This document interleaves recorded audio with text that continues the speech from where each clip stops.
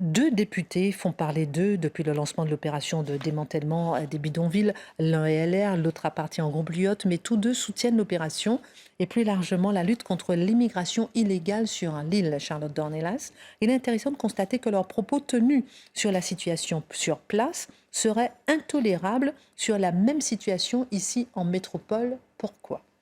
Alors déjà, très rapidement, en effet, il y a des propos qui sont tenus. Il y a le risque de guerre civile est permanent dans leur bouche, la question de la violence, le lien entre cette immigration illégale et la violence qui règne sur l'île et le poids économique qui pèse sur les Mahorais. Alors on a deux profils qui sont un peu différents. D'abord, on a le premier, donc Mansour Kamardine, vous le disiez, il est LR, lui.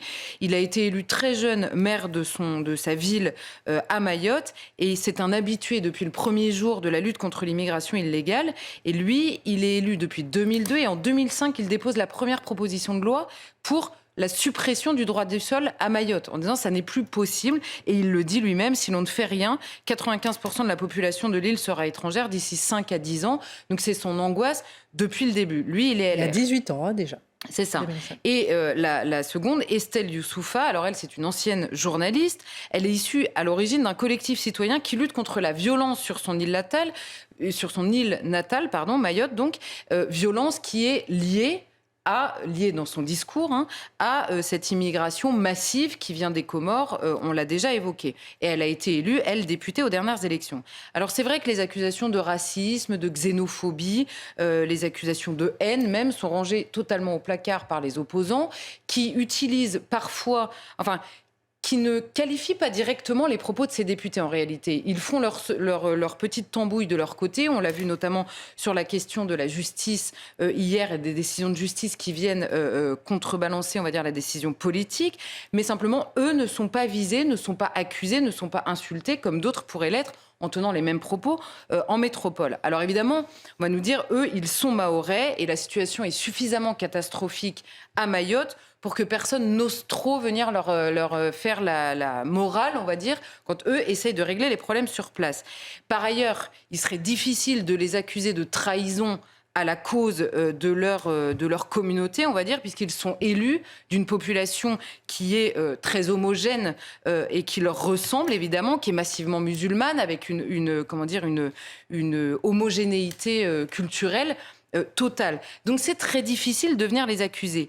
Mais dans les faits, en effet, leur discours est le même que celui qui est accusé en métropole, voire même plus radical parfois. Vraiment, vous avez des phrases, je vous le disais, ils n'hésitent pas, ils sont LR et Lyot, et ils n'hésitent pas à parler du risque de guerre civile qui pèse aujourd'hui sur Mayotte.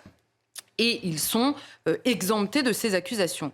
Alors, ceux qui se taisent aujourd'hui par rapport aux propos de ces deux députés et qui insultent le reste du temps tous ceux qui essayent de se préoccuper de la question de l'immigration en métropole, donc en France de manière générale, à Mayotte, mais en métropole aussi, devraient s'attarder sur un chiffre. Parce qu'ils nous expliquent tous ces derniers jours que ça n'a rien à voir, c'est très différent, c'est normal, c'est pas du tout pareil à Mayotte. Alors un seul chiffre, 59,10%. C'est le résultat de Marine Le Pen au second tour à Mayotte, au second tour des élections présidentielles. Alors il va falloir qu'ils nous expliquent donc comment des gens qui ne peuvent pas être racistes parce qu'ils sont eux-mêmes mahorais et qu'ils ressemblent aux Comoriens et que donc ça n'est pas possible d'être raciste, choisissent massivement en face d'Emmanuel Macron quelqu'un que eux, les opposants, qualifient de raciste. Il y a un moment, il va falloir qu'ils nous expliquent cette disproportion. Alors évidemment, il y a des problématiques à gérer à Mayotte qui sont mahoraises et qui sont extrêmement différentes de celles qu'il y a en métropole. Mais quand il s'agit d'une élection nationale, à laquelle participent évidemment les Mahorais, ils choisissent Marine Le Pen, malgré tout le discours qui leur explique du matin au soir quelle est l'incarnation du racisme dans le débat public. Et ils votent Marine Le Pen, évidemment, le deuxième qui arrive au premier tour, la deuxième personne choisie, c'est Jean-Luc Mélenchon. Et il est 20 points en dessous de Marine Le Pen au premier tour des élections présidentielles. Donc oui, il y a évidemment une composante économique, sociale, que l'on retrouve probablement dans le vote pour Marine Le Pen et dans le vote pour Jean-Luc Mélenchon. Mais si Marine Le Pen arrive autant en tête, c'est probablement parce que les Mahorais ont décelé chez elle, à l'inverse de chez Jean-Luc Mélenchon, une critique de l'immigration illégale et de l'immigration massive tout court qu'ils retrouvent à Mayotte. Il serait en dehors de l'arc républicain ? Ah oui, là, j'ai peur. Que ce soit pour Jean-Luc Mélenchon, Marine Le Pen. Alors, mais en métropole, Charlotte Dornelas, des personnes issues des Outre-mer et d'origine étrangère qui tiennent le même discours peuvent être accusées de trahison, de racisme, de xénophobie. Comment expliquer que personne n'ose, en fait, avec Mayotte? Alors, il faut se pencher sur ce qui est dit en ce moment, précisément par les gens qui... Vous prononcez le mot immigration, il y a des gens qui automatiquement vous accusent de tous les maux de la terre dans le doute. Facho. Que c'est un mot facho, voilà. C'est un mot qu'il ne faut pas prononcer parce qu'il n'y a pas de problème et c'est comme ça, voilà. Bon. Et alors, on comprend avec Mayotte qu'à force de rhétorique creuse et instantanée, c'est-à-dire que c'est de l'ordre du réflexe en fait dans les mots et évidemment délié de la réalité. C'est-à-dire que vous pouvez prendre tous les moyens du monde pour essayer d'expliquer les choses extrêmement calmement, de donner une situation, de la décrire. Peu importe, à force, on se perd. Pourquoi est-ce que je dis ça? C'est qu'en métropole, en effet, à chaque fois que ce débat vient sur la table, qui s'inquiète des conséquences de l'immigration est raciste ou alors est traître, vendu, ce sont des mots qu'on entend si la personne est elle-même racisée, comme ils disent dans leur vocabulaire. Et alors, j'ai pris l'exemple d'Edoui Plenel parce que franchement, c'était magnifique. Là, c'était beaucoup trop beau pour moi. Alors, Edoui Plenel, aujourd'hui, il a fait un tweet. Alors Edoui Plenel, évidemment, qui fait partie des gens pour qui la simple inquiétude sur les conséquences de l'immigration, c'est déjà du racisme aggravé. Bon. Et alors, il tweet son intérêt pour une interview d'une ethnologue dans Le Monde. Alors, je vais vous citer la phrase. Donc, cet ethnologue parle de la situation à Mayotte. Ouvrez les guillemets. S'agissant des Comoriens à Mayotte, il est difficile pour moi de parler de migrants étrangers. Ces populations partagent la même langue, pratiquent la même religion, ont la même conception de la parenté, se sont souvent mariées et continuent de se marier entre elles. Rien ne les distingue, si ce n'est que certaines se retrouvent sur ce territoire avec la nationalité française et d'autres pas. Donc voilà ce que nous explique cette femme. Alors on comprend dans la bouche de cet ethnologue, publié par Le Monde et félicité par Edoui Plenel, que subitement la notion de peuple existe. Et la notion bien primaire de peuple, d'abord par la question ethnique évidemment, la langue, la même religion, la même culture, la même conception de la parenté, donc la même manière d'être au monde et de le penser. Donc la notion de peuple existe et elle est définie par ça. Ensuite, la notion de peuple ne se définit pas par la nationalité.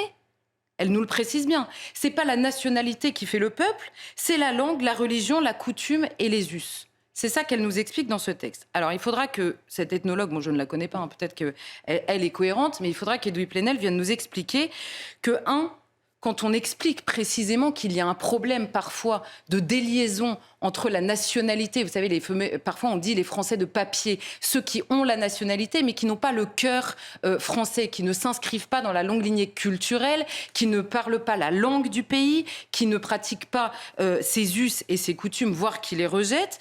Donc cette distinction entre le peuple, l'appartenance au peuple, le fait de dire nous tous ensemble et la nationalité, pourquoi est-ce que c'est si évident à Mayotte et que ça n'existe pas en France? À l'inverse, il faudra qu'il vienne nous expliquer aussi pourquoi est-ce qu'il hurlait quand les Français ont expliqué que la migration ukrainienne n'était pas la même que les autres, précisément parce que nous avions affaire à des gens qui avaient le même environnement culturel, la même culture religieuse initiale, la même conception de la parenté, je vais reprendre ça, la même conception de la parenté, la même conception du rapport entre les hommes et les femmes, et que oui, c'était plus facile. Oui, c'était plus facile avec une migration européenne et que le vrai basculement dans l'immigration récente, c'est qu'on est passé d'une immigration européenne à une immigration extra-européenne et que ça apporte d'autres choses. Donc ce qu'il concède aux Mahorais, il faudrait qu'ils le pensent un peu parfois en métropole. Et à l'inverse, alors on va me dire, si vous leur donnez raison, alors ils ont raison. Donc les Comoriens et les Mahorais finalement sont les mêmes. Donc que vient nous expliquer la France à ce moment-là? Mais il y a une énorme différence. Quelle est la différence aujourd'hui entre un Mahorais et un Comorien? C'est le choix. C'est le choix d'un adulte à qui on a demandé de choisir ou pas la France. Les Mahorais ont choisi la France, les Comoriens l'ont rejetée. Donc est-ce qu'il est possible de concevoir qu'un adulte à qui l'on demande son avis, en l'occurrence par le biais d'un référendum, soit donc libre par son vote et donc responsable de son vote? Donc non, oui, la question de la nationalité, là en l'occurrence dans l'histoire des Mahorais et des Comoriens, c'est celle d'un choix et d'un choix récent. Et donc pour ceux qui ont choisi la France, en l'occurrence les Mahorais, la moindre des choses pour la France est d'être présente pour eux plus que pour ceux qui l'ont rejeté et qui ont choisi l'indépendance. Donc on comprend par cette seule phrase l'incohérence absolue qu'il y a sur ce discours sur l'immigration. Et en effet, on pourrait leur concéder qu'à Mayotte, la question se pose de cette immigration sur le terrain sécuritaire, sur le terrain sanitaire, sur le terrain économique, moins sur le terrain culturel. Cette peur-là existe moins parce qu'en effet, il y a une homogénéité dans la culture, les us et les coutumes entre les Mahorais et les Comoriens, et que donc en fait les inquiétudes qui pèsent à propos de l'immigration, on va dire des conséquences de l'immigration massive, sont composées. Il y en a plusieurs et elles s'ajoutent les unes aux autres. Et en effet, en métropole, on a celle-là en plus. Alors certains répondront que ce n'est pas la même intensité, que la situation n'est absolument pas comparable. Et ils auront raison, évidemment, tout le monde a des yeux pour voir que la situation à Mayotte aujourd'hui est évidemment catastrophique. Quand vous avez la moitié de la population qui est étrangère, que 75% des naissances sont étrangères, que 80% des enfants qui sont aujourd'hui scolarisés à Mayotte sont comoriens, évidemment, ça n'est pas la même intensité. Mais si ce mot intensité est utilisé, on peut peut-être se dire qu'on ne va pas attendre partout sur le territoire français la même intensité pour se poser la question de la réaction. On dit en permanence gouverner, c'est prévoir. Et peut-être qu'on peut se servir du malheur, en l'occurrence, qui pèse aujourd'hui sur Mayotte pour se poser la question. Et surtout voir que notre différence de traitement devrait simplement nous faire réfléchir à la manière dont on a ou pas ce débat. Et par exemple, Elisabeth Borne pourrait comprendre qu'il y a des questions qui ne divisent pas et simplement qu'on pourrait accepter de voir comme simplement des questions. Et alors, j'en ai listé quelques-unes. Est-il légitime de faire respecter ces lois et de lutter contre l'illégal, en l'occurrence sur la question de l'immigration? Évidemment, tout le monde sera d'accord. Donc là-dessus, on sera d'accord. Est-il légitime de choisir qui entre et qui sort de la maison commune, en l'occurrence le pays? Évidemment, oui. Chacun le mesure dans sa propre vie. Même les immigrationnistes les plus excités, ils ferment la porte à clé quand ils vont dormir. Tous. Donc, est-ce qu'il est possible de se poser cette question-là? Bon. Est-ce que quelqu'un a vu une insulte dans ma question, par ailleurs? J'espère pas. Existe-t-il un lien entre l'appauvrissement et le poids d'une immigration massive?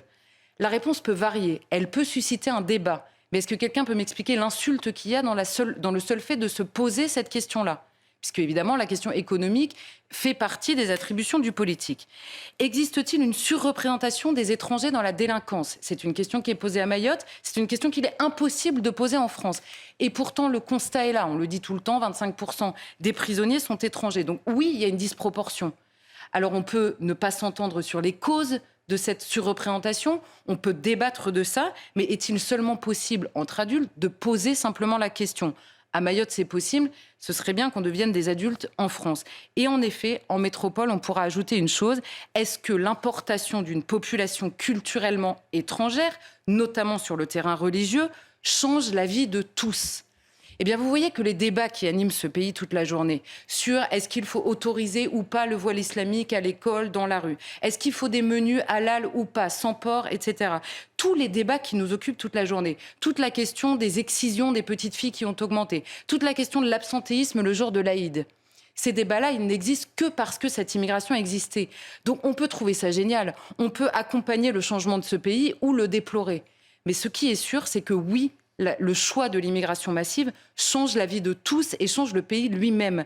Donc c'est une question qui appartient au premier chef aux politiques et que tous ceux qui commentent aujourd'hui la situation à Mayotte sans trouver à redire à l'engagement de ces deux députés se posent la question pourquoi est-ce que les mêmes mots, MOTS, en effet, sont absolument insupportables en métropole et dignes d'intérêt à Mayotte.